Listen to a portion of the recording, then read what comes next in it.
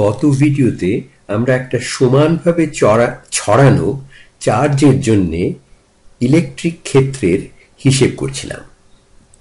এই চার্জড সমতলটি অসীম, যে কোনো দিকে যাও তার শেষ নেই। এরকম একটা বিশাল সমতলের চার্জড সমতলের থেকে এইচ উচ্চতায় একটা বিন্দুতে আমরা ওই ইলেকট্রিক ক্ষেত্রের হিসেব করতে শুরু করেছিলাম। আচ্ছা, প্রথমেই আমরা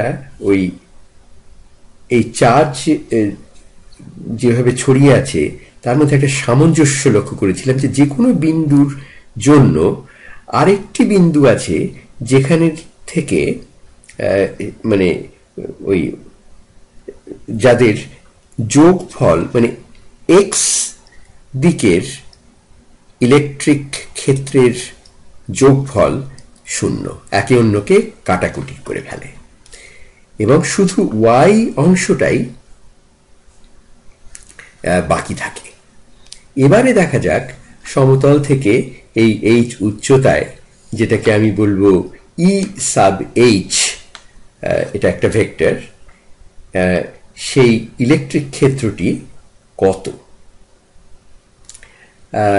এ পর্যন্ত, এবং সেটি আমরা লিখে ফেলছি যে একটা আংটির জন্যে, যেটার মানে এই সমতলের মধ্যে একটা আংটি আমরা বেছে নিয়েছিলাম যার ব্যাসার্ধ হচ্ছে আর, এবং ডি আর হচ্ছে তার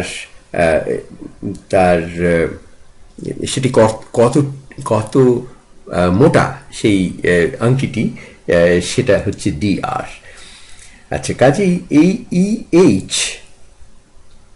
মানে সম্পূর্ণ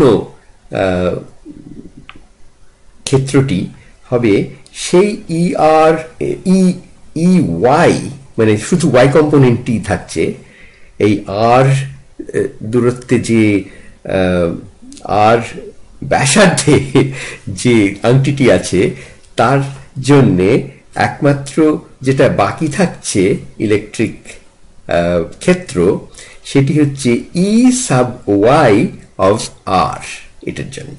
এবারে আমাকে করতে হবে কি, এই আর এর বিভিন্ন মান নিয়ে, সে শূন্য থেকে একেবারে অসীম পর্যন্ত যদি আর এর সব কিছু কন্ট্রিবিউশনটা যোগ করি, তাহলেই আমরা পুরো এই সমতলটিকে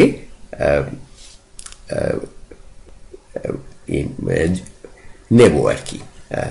কাজেই আমাদের ই এইচ হচ্ছে একটা ইন্টিগ্রাল, সেটির শূন্য থেকে ইনফিনিটি পর্যন্ত তার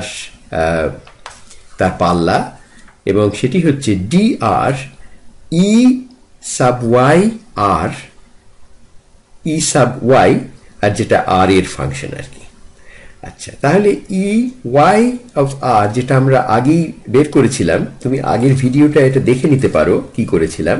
সেখানের মধ্যে একটি অংশ আছে, এই সেটা লেখা হচ্ছে এখানের মধ্যে, যে K H two pi sigma R D R, আর নিচে হচ্ছে এইচ স্কোয়ার যোগ আর স্কোয়ার, তার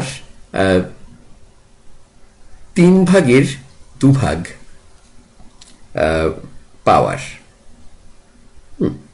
আচ্ছা, তাহলে এই কে এইচ সিগমা পাই, এটা তো হচ্ছে একটি ধ্রুবক অংশ। সিগমা হচ্ছে ওই চার্জ ডেন্সিটি যেটা ওই সমতলটির মধ্যে রয়েছে। এটাকে ইন্টিগ্রালে, যেহেতু তাদের কোনো মানে তারা আর এর উপর মানে নির্ভর করছে না, সেই জন্য তাদেরকে বার করে আনি ইন্টিগ্রালের বাইরে। কে এইচ পাই সিগমা, শূন্য থেকে ইনফিনিটি, 2r dr, এবং নিচে থাকছে এইচ স্কোয়ার যোগ আর স্কোয়ার, এবং তার ওই 3/2 পাওয়ার। আচ্ছা, এবারে এই ইন্টিগ্রালটি করার জন্যে আমরা একটা যাকে বলে সাবস্টিটিউশন সেটা করি। তার মানে এইচ স্কোয়ার যোগ আর স্কোয়ারকে আমি নাম দিই ইউ, একটা ভেরিয়েবল। তাহলে ডিইউ হচ্ছে 2r dr।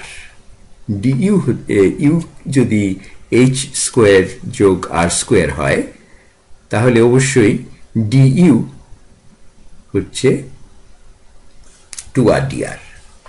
আচ্ছা,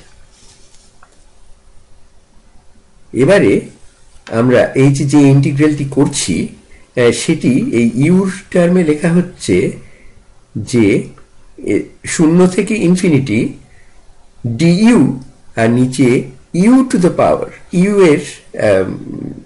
ইউ এর পাওয়ারটা হচ্ছে 3/2 যেরকম আগে ছিল। আচ্ছা, এই ইন্টিগ্রালটা খুবই সহজ কষে ফেলা। এটা হচ্ছে ইন্টিগ্রালের নিয়ম যে এক্স টু দ্য এন এর ইন্টিগ্রাল এক্স এর জন্য হচ্ছে এক্স টু দ্য এন যোগ 1 এবং নিচে এন যোগ 1 থাকবে। তো সেই ব্যাপারটা করলেই আমরা দেখতে পাচ্ছি এটা হচ্ছে কে এইচ পাই সিগমাটা তো কনস্ট্যান্ট বাইরেই রয়েছে, এবং ওই ইন্টিগ্রালটি হয়ে গেল ইউ পাওয়ারটা হবে যে বিয়োগ অর্ধেক, এবং তার নিচে হচ্ছে 1 বিয়োগ 3/2। ওকে, আর এটাকে ইনফিনিটি এবং শূন্যের মধ্যে তার মানে এটার মান কত সেই দুটো খালি বসিয়ে দিতে হবে এরপরে।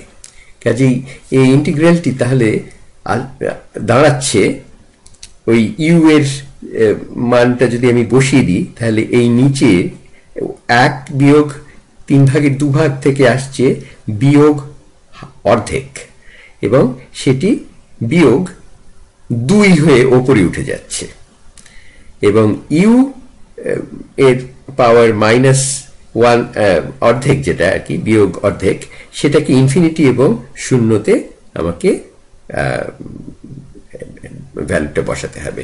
আর এখন ইউটা হচ্ছে এইচ স্কোয়ার আর আর স্কোয়ার এর যোগফল, সেটা আমি আবার এখানে ঢুকিয়ে দিই। তাহলে এবারে এখন এটা করলেই আমরা পাচ্ছি ইনফিনিটিতে যেহেতু আরটি নিচে রয়েছে, তাহলে ইনফিনিটিতে এই জিনিসটির মান হচ্ছে 0। কাজে এটা হচ্ছে বিয়োগ 0 বিয়োগ 2, আর আর যখন 0 তখন নিচ থেকে খালি এইচ হচ্ছে square root of H square, মানে হচ্ছে শুধু এইচ। কাজেই এটা হচ্ছে সব শুদ্ধ, এটা হলো 2, তাকে এইচ দিয়ে ভাগ করলে যা হয় তাই। সরি। আচ্ছা, তাহলে এই এইচ মানে এইচ উচ্চতায় এই সমস্ত প্রকাণ্ড যে অসীম সমতল চার্জ ডিস্ট্রিবিউশন, তার জন্যে এইচ উচ্চতায় সম্পূর্ণ ইলেকট্রিক ক্ষেত্রটি হচ্ছে খুবই সহজ একটা জিনিস, হচ্ছে 2, তাকে এইচ দিয়ে ভাগ, এবং তাকে গুণ করছি ওই আগে যে ধ্রুবক টার্মগুলো ছিল সেগুলো হচ্ছে কে এইচ পাই সিগমা সবকিছু মিলে। আচ্ছা, এবং একটা খুব লক্ষ্য করো একটা মজা, যে এই এইচটা যাচ্ছে কেটে। এইচ হচ্ছে কত উঁচুতে, যে বিন্দুতে আমরা এই পুরো জিনিসটা করছিলাম, হিসেব করছিলাম, তাতে এইচ এর কোনো অংশ নেই, সে গেল কেটে। হলো তাহলে এইচটা হচ্ছে শুধু 2k পাই সিগমা। আচ্ছা আচ্ছা, তার মানে এই যে ক্ষেত্রটি তার কোনো তারতম্য হচ্ছে না এইচ যদি আমরা বদলাই। তার মানে এই প্লেন থেকে আমরা কতটা ওপরে আছি, যে যতটা ওপরেই থাকি না কেন, এই ক্ষেত্রের মানটি হচ্ছে সমান, এবং সেটি হচ্ছে একমাত্র ওয়াই দিকে সোজাসুজি, মানে এই সমতলটির সঙ্গে লম্ব হিসেবে তার এখানে আর কি সোজাসুজি ওপর দিকে তার মুখ করা তার তীরটি, এবং সেটি এইচ এর ওপর নির্ভর করছে না।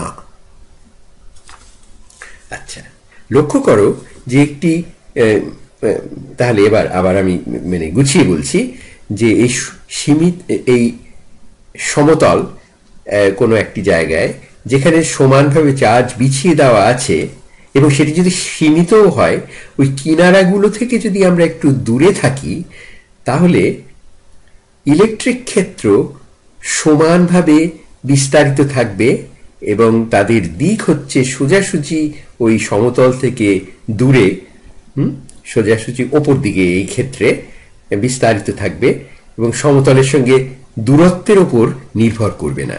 ইলেকট্রিক ক্ষেত্রটি শুধু ওই লেপে দেওয়া চার্জ এর ঘনত্বের ওপর নির্ভরশীল। কাজেই এটাকে আমরা এঁকে ফেলতে পারি, যদি আঁকি তাহলে ওই সিগমা ডেন্সিটি যে প্লেনটা তার উপরে খাড়া খাড়া কতগুলো তীর যদি কল্পনা করি, সেটাই হচ্ছে এখানকার ইলেকট্রিক যে ক্ষেত্র তার তার প্রতীক হচ্ছে এই তীরগুলোই, এবং তারা ওই এইচ এর ওপর কত দূরে যাচ্ছে আমরা তার উপর নির্ভর করছে না, এবং শুধু ওই কিনারাগুলোতে তার পার্থক্য হবে।